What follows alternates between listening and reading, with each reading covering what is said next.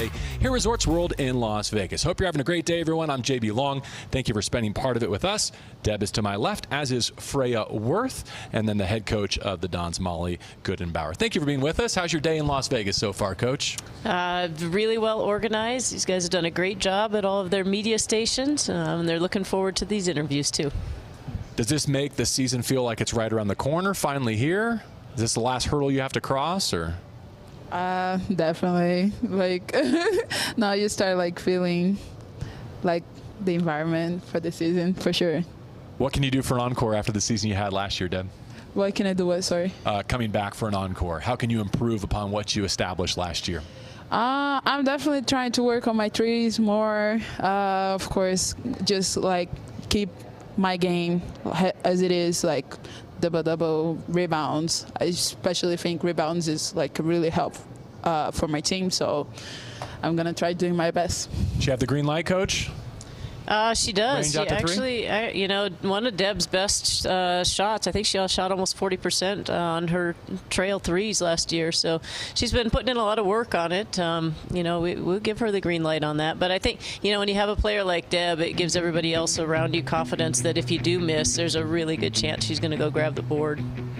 Freya, as the newcomer of the year, what was your first trip through the WCC like, and how would you like to build on it here in 24-25? No, it was really exciting. I feel like we're all really excited about next season. Just starting off better than last season. But yeah.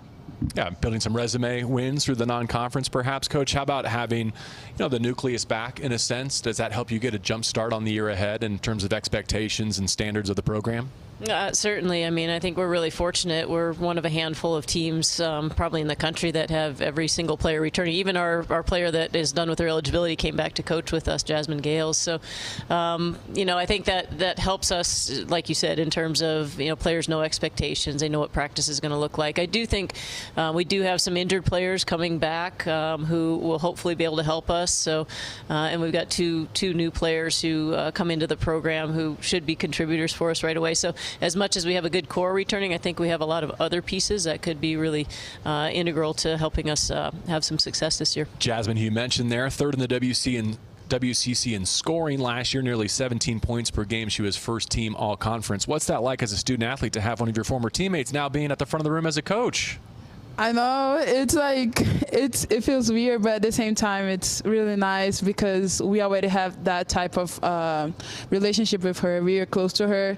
So it's like kind of just like a different role that she's taking, but we can still like go ahead and talk to her and all that. Okay, Frey, you don't have to treat her any differently? Is that what I'm deciphering here? Okay, no. We still have to respect her as a coach, but it's like the relationship, like I still consider her my friend, so yeah. What made her a good coaching candidate to join your staff? Why did you offer her that opportunity? I think Jasmine had been, one of our key leaders last year. She did a great job of helping integrate the new players into the program, our freshmen at the time. And she's a very good communicator. She's really good at understanding, what I want as a coach, what we're demanding of the players, but then being able to present that in a way that's a little bit different than a head coach or even an assistant coach that, that's a little bit older. She's closer to the kids' age. She's been through the same things, and she does have really good relationships with all the players on the team. When you do have a returning cast of characters, do you get to build deeper, go a little bit farther in terms of your repertoire, or are you just asking them to perfect and fine-tune the things that made you successful at times last year?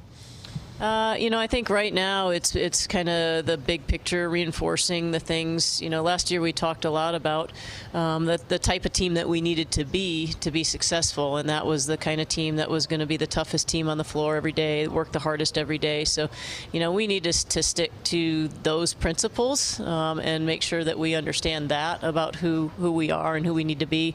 And then as we get into the season and kind of see, what some of our other players can do, I think we do have potentially the ability to develop some other kinds of ways to score, ways to defend. But the things we did last year towards the end of the season worked, so we're not going to do things tremendously differently right now. Freya, if Deb's working on trail threes and adding that to her portfolio, what's something that you went to work on this offseason to add to your game? For me, this summer was a lot about working on creating my own shots. Last year I was very dependent on my teammates creating for me. So now I was trying to figure out how to create my own shots and my offensive looks. You know, there's a great international feel to the WCC, to women's basketball at large. You two are great examples of that. I'd love if we could just go back in your backstory a little bit, whether it's to Rio in your case, and talk about your track and field journey and how that led to basketball to begin with. Yeah, so I think since I was little, I always loved playing like sports, you know. So when I went to my high school, I started with track and field. So I did some different types of things on the track and field, but the one that I was doing the most was throwing the weights. And in one of the practice, there was like a basketball practice outside that they were having. So I really got interested on that, and then I think my brother was already on the basketball team, and I was like, so can you talk with the coach for me, you know? And since then, I just love the game, so yeah. We know all about Brazilian soccer, and men's basketball has been popular for a while, but maybe not as developed in the women's game. Yeah, sadly, we don't have that much investment or support as, for example, here. You know, for example, in Rio, when I was there, we only had 3 teams in the whole state, you know, so we would have to go ahead and travel all around the country just to play more games, you know, and we would have to come up with the money to pay for our trips, for our uniforms, for everything. We just had the club name, you know, so like it was a tough like experience, but definitely like helped to build what I am right now, so I'm grateful for that. And yeah. How about what the game is right now in the United States? What's that like to see from your perspective, how popular it's become? Yeah, I mean, it's something that it's really awesome. I feel like we start feeling a little bit, not that we don't love the game, of course, but we feel like happier to be being seen, you know? So it's definitely something that is just happy to be happening, you know? Freya, in Sweden, it's a different game, right? It's a very specialized youth sports environment. You knew basketball was where you wanted to go from an early age? Yeah, I'm coming from a basketball family. My grandpa played, uncle, and my mom. My mom was actually coaching me. So I kind of grew up in the gym, so I started playing basketball pretty early. Let me ask Coach Goodenbauer real quick. Can you tell she's the daughter of a coach? Like when you recruited her, did she have those attributes? She's got a really pretty looking shot. I'm just watching some of the highlights play in the background. She's got a great stroke. She's got a very high basketball IQ. Yeah, you could certainly tell that she's been well coached. And well prepared for the WCC level coming to the United States? From your high school program, I guess. Is high school the right term for it in Sweden? Okay. Yeah. Yeah, we actually got her from Albany as a transfer, Yep. and you know she really had to transform into a different role for us. We needed her to come in and be a strong contributor right away on the offensive and defensive end of the floor. I'm not sure that she anticipated quite as much as, you know, getting thrown into the fire like she did, but she responded tremendously, and you know, obviously she's the newcomer of the year for us, and I think gained a ton of confidence this last season, and so I'm excited for her last year on the court. I think she's going to do great things, and they're both, I think, have tremendous careers to look forward to, even beyond this year.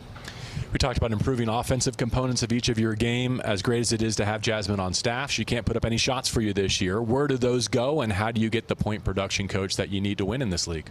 Well, can you tell Jasmine that in our practices? Because sometimes when she plays with us, a lot of the shots still seem to go up from Jasmine. She's trying to find eligibility still. Right. So we do have to remind her sometimes that the other kids have to get the shot up. But so I think a lot of it starts with our core. These two are going to be a central part of our scoring and rebounding and defense. And Lou returns at our point guard position. She's kind of our rock on the floor. She's the very competitive, good leadership, kind of gets everybody in the right spots. We've got Cammie Fulcher back, who's just a utility player. She can play everything from a 1 through a 5. Again, really high IQ kid. And then we bring in some players who have not been on the floor as much, that have either had injuries or been in the program, just not had opportunities. And so So, this kind of preseason, these scrimmages that we'll do in our non-conference season is going to be all about kind of figuring out the roles that those guys are going to play, and they're going to be really keys to our success. Let's talk about that non-conference slate. I see trips to Colorado State, San Diego State, Seton Hall, home tests against Arizona State and Boise State. There's a school of thought that now that you have affiliate members like Washington State and Oregon State and Gonzaga coming off a Sweet 16, you might not need to lift quite as much in the non-conference, but you schedule pretty ambitiously, it seems like. So many of those are return games, probably a little more ambitiously than we'd necessarily like. But I do think for this group, if we can get to a point where we're picking up where we kind of left off last year, I think those are going to be really good challenges, good preparation for us. Because we go into a revamped WCC where we've now got 2 Pac-12 members, we've got Portland, we've got Gonzaga, we've got Pacific, we've got a really good, tough conference schedule. So, in my mind, it's going to, hopefully prepare us for what's ahead. Perennially being a multi-bid league, do you think that perception has changed across the women's basketball landscape, that they now see the WCC as a conference that's going to produce multiple postseason teams, NCAA tournament and otherwise? Well, whether people see it or not, I think that's going to happen. I mean, I think you add 2 teams the caliber of Oregon State and Washington State, and we've already got a Gonzaga. Portland's been to the NCAA tournament, 75% of the time that they've, Mike Meeks coached them. So, I think you've got some really, really good teams, and I think people in our league are scheduling well in their non-conference. So I think that helps lift our net at the end of the season. I do expect this to be a multi-bid season. Any of those trips stand out to you that you're looking forward to? Have you been to New York City, for instance? I don't think I have. Okay. So I'm excited for that. Yes. You said a stop in Albany, so you've been to New York along the way. No, I'm really excited about that. I hope my friends from Albany is going to come. This is sometimes a tough time of year for student athletes, right? Because it's all conditioning and no results. Does having a November looking like that help pull you through to when the games actually count? I think so, yes. I mean, preseason is like an important part of like our year, I mean, it's getting us ready for the main part, which is conference, So, yeah, definitely. I'm excited for it, for sure. How about life in San Francisco? You used to live there. It's been a while. But how have you found it as a student athlete in that community around USF? Me personally, I love it. Like, it's a really diverse city. It has Chinatown, then there's like the Mission District where it's like Latinos, so there's like a really international city. And it's a busy city, there's always something going on.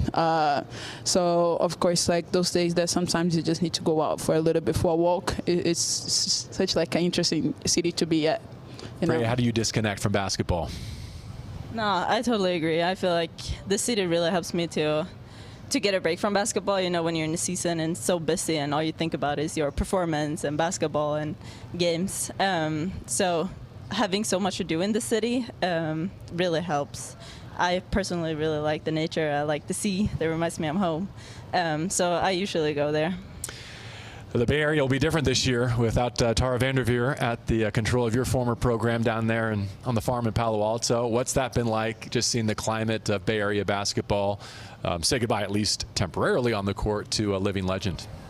Yeah, I mean, that's, I think, a surprise and not a surprise. You could kind of see with some of the direction that basketball is going. It's certainly understandable. She's not the only coach that has chosen to exit the game at this point, but it's, completely turns over a new leaf at Stanford. She's been the standard bearer for so many years through generations of players in the program. But I'm happy for Kate Pay. I think the program's in really good hands. I think she, will be a great. It was a great choice for leadership in the direction that they're going to need to go in to kind of face this next chapter of what the NCAA looks like. I grew up in that area, going to Maples Pavilion, men's and women's basketball, to see where this sport has ascended to now.